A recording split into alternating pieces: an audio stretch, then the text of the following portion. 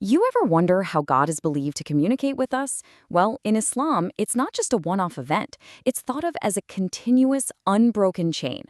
Today, we're going to dive into this foundational Islamic belief in prophets and messengers, and we'll explore how this idea of a constant line of guidance stretches all the way across human history.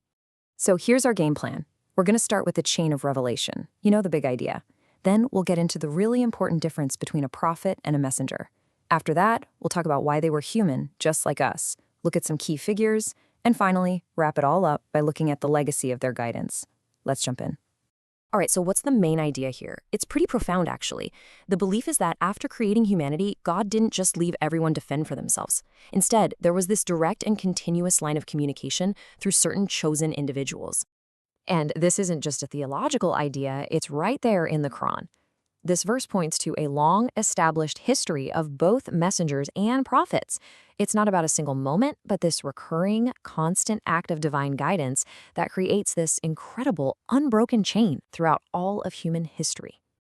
Okay, now this is where things get really fascinating. This whole chain of guidance isn't just one size fits all. There's a really crucial distinction to be made. See, while a lot of figures received divine revelation, the type of mission they had, their specific job, wasn't always the same.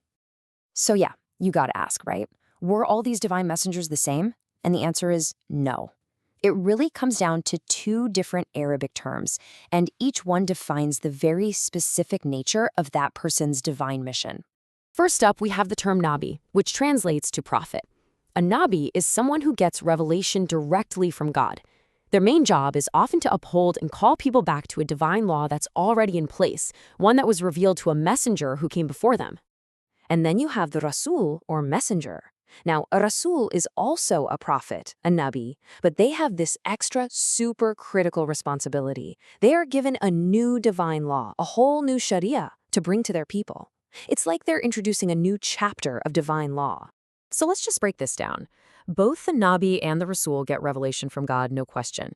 But the key difference, as you can see, is that the Rasul brings a new law, a fresh Sharia. And this leads to a really fundamental point. Every single messenger is a prophet, but not every prophet is a messenger. The role of a messenger is just more specific, and you could say legislatively more significant. So this leads to another huge question. Who were these people exactly? I mean, to be chosen for such a massive task, were they angels or some other kind of being? Well, the answer we're given is actually very direct.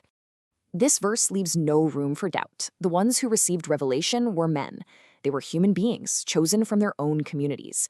They ate, they slept, they had good days and bad days just like everybody else. And this was so important because really, how can you follow a role model that you can't even relate to? And, you know, this actually speaks to a common argument you see in the Quran. People throughout history would object. They'd say, wait, why would God send a mere human to guide us? But the wisdom in it is just profound. The guide had to be human to show everyone else how the divine message could actually be lived out in a real, practical way. All right, to make this all a bit more real, let's put some names to these concepts. Let's look at some of the specific people that are highlighted from this incredible chain of guidance. We can start with Prophet Yusuf, or Joseph as he's known in the Judeo-Christian tradition. He's presented as this powerful example of a messenger sent to the people of Egypt. And his life story? Wow. It's just a masterclass in faith, patience, and trusting in the divine plan. And you can really feel the huge impact he had from this verse. It describes how the people felt after he died. They felt such a loss, this giant void, that they couldn't even imagine God sending another messenger after him. It just goes to show you the deep, personal bond a messenger could form with their people. Of course, another central figure mentioned is Prophet Musa, or Moses.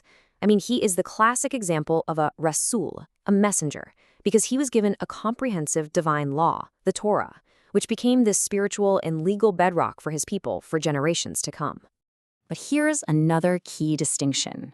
Not every great figure in this history was a prophet. There's another really high rank, the Sadduqin, or the truthful ones. And the number one example given for this is Abu Bakr, the closest friend and companion of the final prophet, Muhammad. You can see just how special Abu Bakr's status was from this famous Quranic verse. It refers to this critical moment when he and the prophet were hiding out in a cave.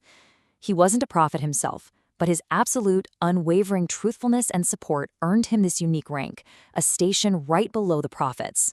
Okay, so we've looked at the structure, we've seen the key differences, and we've met some of the main players. But what's the big picture here? What was the whole point of this continuous, centuries-long chain of prophets and messengers? When you boil it all down, this whole chain had one clear, consistent purpose. It was all about reconnecting humanity to its creator. It was about setting up a framework for a just and moral life through divine law.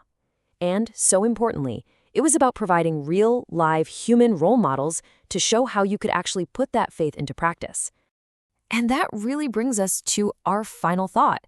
In a world that can often feel like it's lost its way, a world searching for meaning in a moral compass, what can we learn from a legacy like this? What does it truly mean to believe that humanity was never just left to wander in the dark, without a map?